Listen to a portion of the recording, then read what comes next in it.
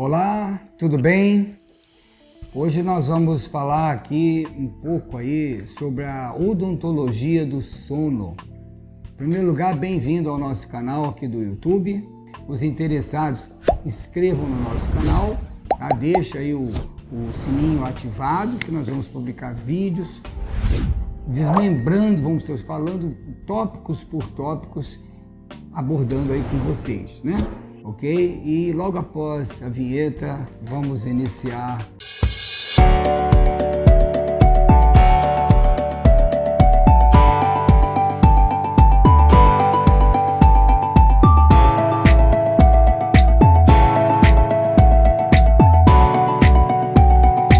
A odontologia do sono, na realidade, ainda não é uma especialidade, digamos assim, oficialmente postada pelo nosso Conselho Federal de Odontologia, mas de fato nós já trabalhamos com ela há muitos anos, né? E hoje, com certeza, ela está muito mais em evidência, dada esse quadro sindrômico que nós temos hoje, do sono de má qualidade, uma grande maioria da população brasileira, que é a que a gente conhece aqui, quiçá talvez a população mundial. Hoje, o sono, pela medicina funcional, pela medicina integrativa, é tido como uma das funções mais importantes da nossa neurofisiologia, que, com certeza, não anda muito bem para a maioria da população. Hoje, muitos pacientes, a gente trabalha aqui já há um certo tempo, dando destaque à odontologia do sono, e de uma maneira geral, a maioria não tem um sono de boa qualidade, um sono reparador, né? Eu não estou falando aqui, a nossa proposta aqui não é só falar sobre o ronco e a apneia, eu estou falando de um sono reparador. É claro que quem ronca, quem tem apneias e muitas apneias noturnas, claro que ele está longe de um sono reparador, né? A odontologia do sono, ela busca preparar o indivíduo para ter um sono, além de corrigir, de tratar a síndrome, né, da apneia noturna, que hoje é talvez uma das mazelas que mais acomete cada vez mais um grupo grande de pacientes. A nossa proposta não é só tratar a apneia noturna, nós queremos melhorar a qualidade do sono do paciente. E isso tem um envolvimento bucal muito grande, que alguns já foram bem diagnosticados e são antigos, inclusive, são bem focalizados, não só pelos dentistas do sono, como principalmente já inclusive pela própria medicina do sono, né? Por exemplo, a ptose da língua, quer dizer, a queda da língua, a diminuição do vazio funcional, são fatores locais, digamos assim, da apneia do sono. Mas você tem outros fatores indiretos que também concorrem para o indivíduo ter a apneia do sono. Por exemplo, o estresse aumentado, o nível de estresse que o organismo dele não está bem adaptado àquele estresse, não conseguiu se adaptar ainda, obesidade, diabetes, problemas cardiovasculares, tudo isso vai levar, além de distúrbios emocionais, desarmonias emocionais, né? Tudo pode levar também a ele ter um quadro apneico, um quadro de apneia, de dispneia. Mas nós queremos falar de tudo isso e nós vamos ter vários vídeos aqui falando sobre isso, né? Os interessados, inscrevam no nosso canal, tá? Deixa aí o sininho ativado, que nós vamos publicar vídeos, desmembrando, vamos falando tópicos por tópicos, abordando aí com vocês, né? Basicamente, nós temos na qualidade, quando a gente fala em qualidade do sono, nós temos que falar em equilíbrio e harmonia da nossa neurofisiologia envolvendo o contexto bucal, né? Nós temos que lembrar que existe as nossas atividades, né, são reguladas automaticamente, propiciadas e autorreguladas e retroalimentadas pelo sistema nervoso autonômico, tá? E eu estou dando uma linha, entrando de uma forma bem genérica para a gente chegar na parte mais específica. né? Então, o contexto bucal ele tem um componente muito forte nessa, para manter o indivíduo não muito em simpaticotonia e levar ele mais para parasimpaticotomia, principalmente no momento que ele for dormir. Durante o dia ele está em vigília, ele tem que estar em atividade realmente, ele tem que estar com seus reflexos todos ligados e antenados, vamos dizer assim. O contexto bucal ele entra aí de uma forma muito importante, né? Nós temos que, em primeiro lugar, por exemplo, quando um paciente vem aqui, um paciente que está com problema de sono, eu vou ver, fazer uma anamnese dirigida, como a gente detalha bastante nos nossos cursos, voltada para esse tipo de investigação, mas tacitamente eu já vou olhar a cavidade bucal, vou ver as relações oclusais, né?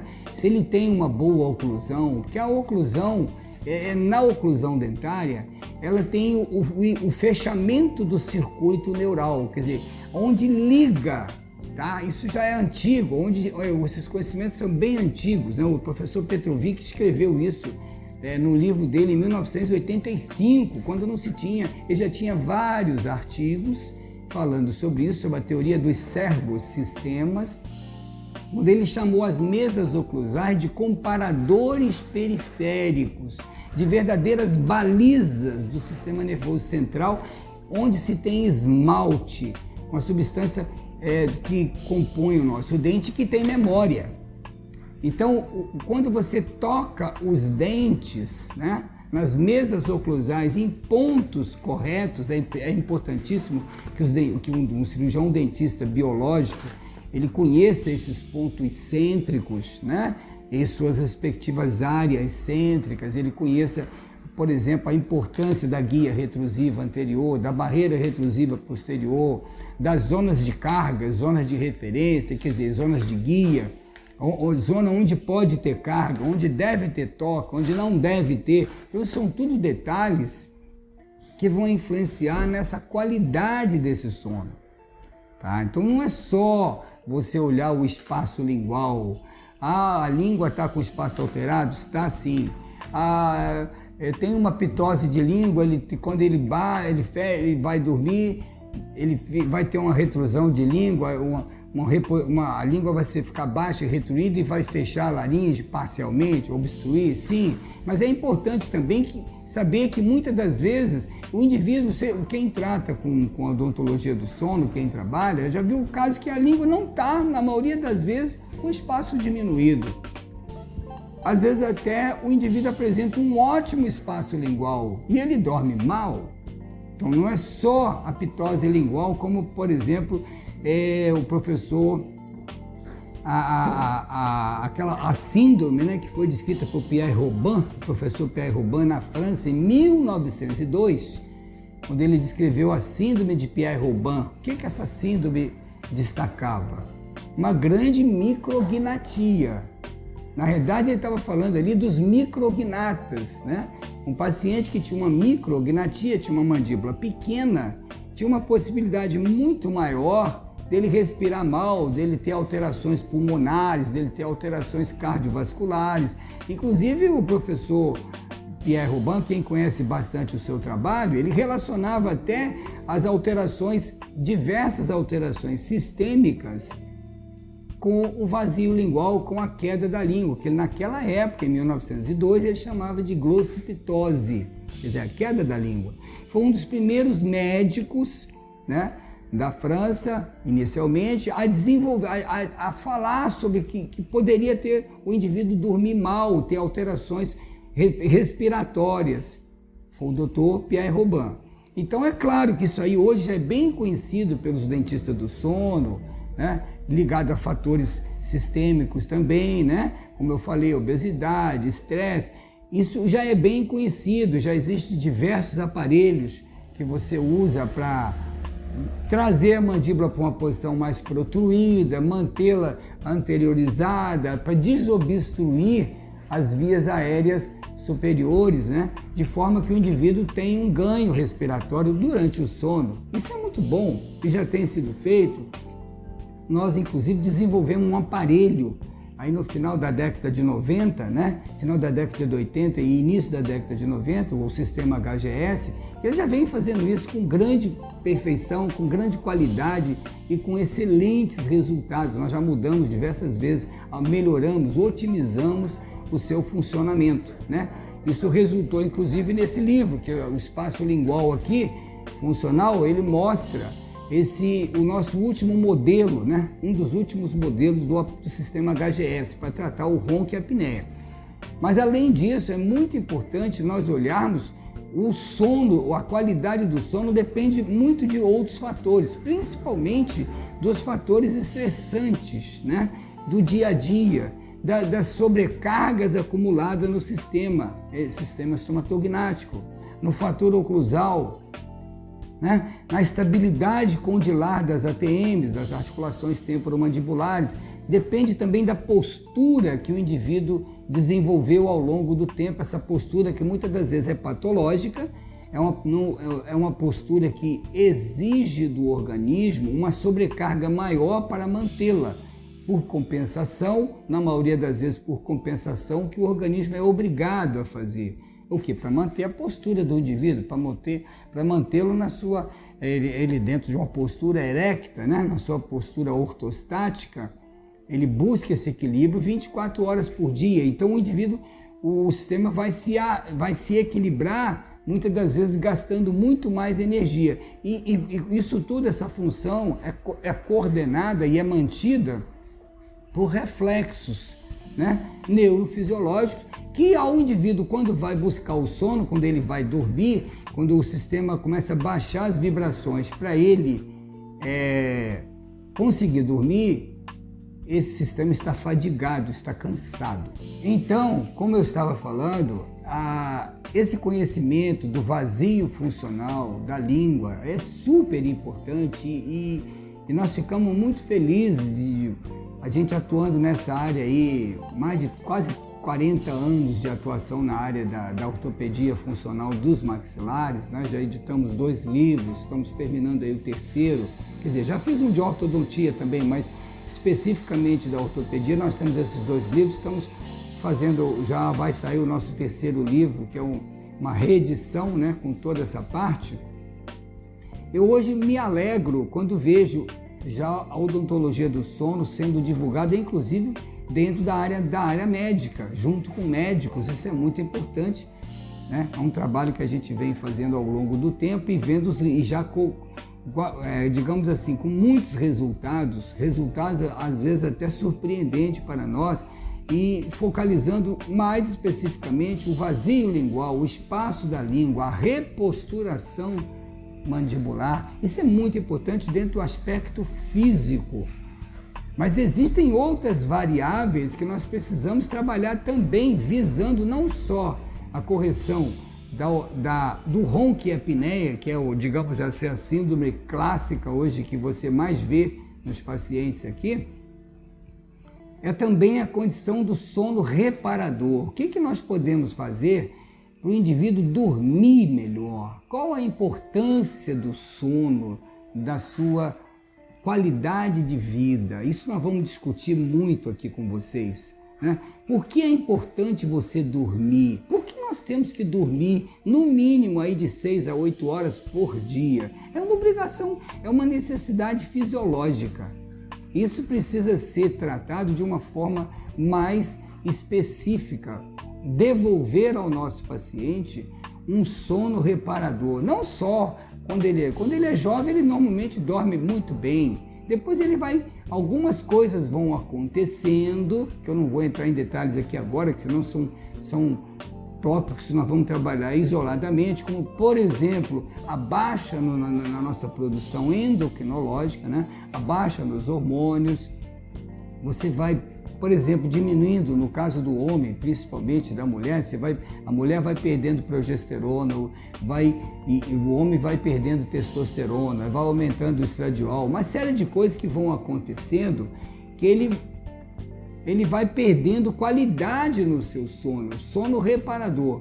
Então, como já existe um jargão dentro da medicina que diz assim, nós não envelhecemos porque os hormônios não caem porque nós envelhecemos? Que muitas vezes existem teorias dentro do estudo da longevidade. Você envelheceu, você vai perder hormônio. Não, existe uma outra linha de pensamento. Nós perdemos hormônios e aí então envelhecemos de uma forma patológica. Envelhecer todos nós vamos, né? Não tem como parar esse processo porque faz parte de um ciclo vital. Assim como tudo no universo, tudo na natureza tem um ciclo, o nosso tempo de longevidade aqui no planeta tem também um ciclo, mas nós podemos ter qualidade de vida aos 30, aos 40, aos 50, aos 60, aos 70, aos 80, quem sabe até aos 90 anos.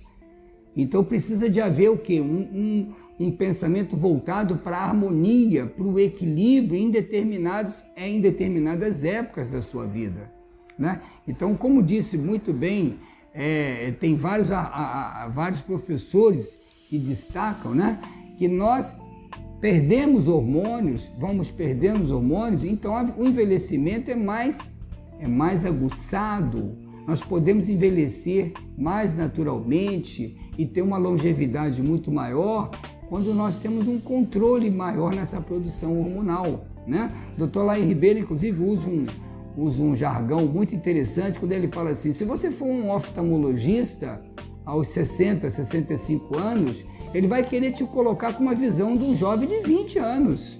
Ele vai ver, vai corrigir as suas lentes para te indicar um óculos onde você volta a ter a visão de um jovem.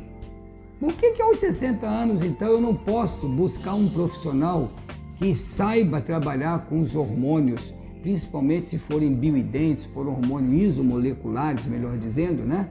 Você vai ter ganhos na sua saúde. Então isso também influencia no sono.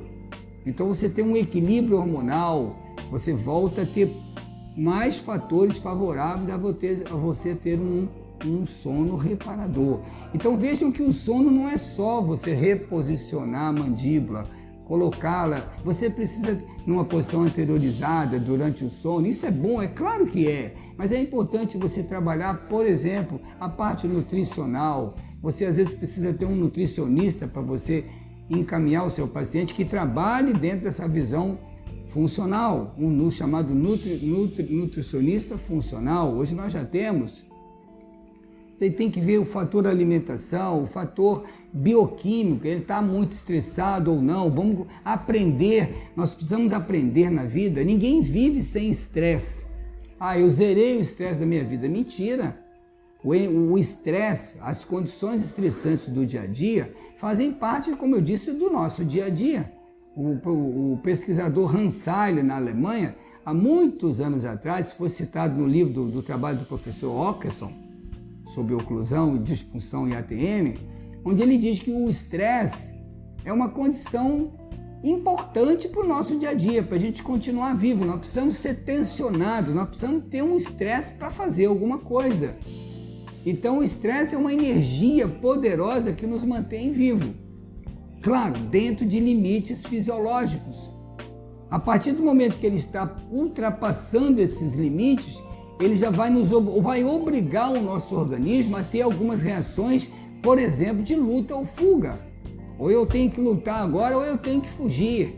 Aí vai alterar, quer dizer, ele passou daquele limite de um sistema tensor, onde você está tensionado a fazer as coisas que você precisa fazer no seu dia a dia. Então, segundo Hans Seiler, é uma energia motivadora. Ela nos dá motivo para trabalhar, motivo para fazer isso. Eu tenho que acordar a tal hora porque eu vou em tal lugar, eu tenho um compromisso. Isso não está te fazendo mal, mas é um tipo de tensionamento que você tem. E isso retroalimenta o seu sistema e você continua bem, porque você tem um motivo, até entre aspas, motivo para fazer no outro dia determinadas coisas. Agora, quando isso está exagerado, está passando do seu limite, a sua capacidade, o seu terreno biológico de se adaptar, aí você começa a se compensar, a se deformar em função dessa carga estressante que está muito maior. Aí você se altera totalmente e bioquimicamente todo o seu sistema. Isso vai levar a alterações, eu digo, cardiovasculares, vai alterar sua produção de androstenediona, aldosterona, Por exemplo, você vai aumentar o seu nível de cortisol, você vai ficar com o nível de cortisol mais aumentado. Isso tudo vai atrapalhar drasticamente o seu sono.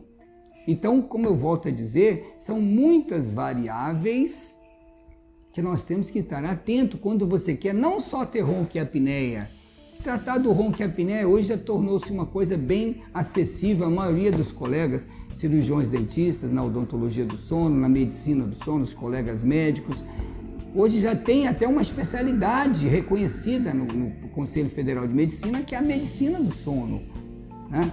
Agora, o foco maior é o quê? É um CPAP, é fazer com que ele seja reposto a seu oxigênio, que ele não está tendo a qualidade de oxigênio durante o sono. É importante? Claro que é, mas é importante quando a gente fala também num sono reparador. Então nós, dentistas do sono, profissionais que estamos já há alguns anos nessa visão maravilhosa da medicina funcional, da odontologia integrativa, hoje a gente chama de odontologia biológica, focalizando a importância desse sono reparador, onde você acorda de manhã disposto, alegre, gostando de ouvir o galo cantar, os passarinhos cantando, a energia do sol maravilhosa, você acorda, vai numa janela, recebe o brilho do sol, essa energia que nos mantém vivos, que nos dá vitalidade. Você tem que acordar todos os dias com essa energia. Você dormiu bem, você se reparou, o seu cérebro teve a oportunidade de autorregular você, bioquimicamente e emocionalmente. Isso aqui é muito importante para você ter um dia maravilhoso, você render o máximo que você possa render no seu dia a dia. Então, o sono reparador, nós vamos discutir isso mais em detalhes futuramente, é talvez o nosso maior remédio. Você está doendo. Uma das primeiras coisas que nós fazemos com o nosso paciente, em termos de proposta terapêutica, quando ele vem nos procurar, vamos ver como está seu sono. Vamos trabalhar, tomar todas as medidas para você ter um sono reparador, um sono de qualidade, né? Isso envolve muitas das vezes como está o seu intestino, como está a sua desbiose, tudo. Então isso tudo está ligado com o sono reparador, né? O paciente está bem emocionalmente, tem condições, o terreno biológico vai responder. Para isso nós usamos vários recursos da odontologia biológica. Por exemplo, o enfoque, o estudo da oclusão natural fisiológica, sem sobrecargas, com o mínimo de sobrecargas possível, medicina Rife, a parte da nutriendocrinologia e também dentro do aspecto biofísico, nós vamos também usar os nossos aparelhos, muitas das vezes um possibilitador inicialmente, depois um aparelho reposturador, reposicionador mandibular para ajudá-lo fisicamente na sua oxigenação cerebral, na sua oxigenação corpórea, que vai ser muito importante para ele ter um sono de boa qualidade. Então, colegas, quem não se inscreveu no canal, se inscrevam, dá o like, registra aí o sininho. Nós vamos ter esse assunto, nós ainda vamos desmembrá-lo e falar por tópico, bastante coisa importante para vocês, ok? Beijo no coração aqui do Dr. Hélio Gomes da Silva, conhecido no nosso meio aí como HGS. Um grande abraço.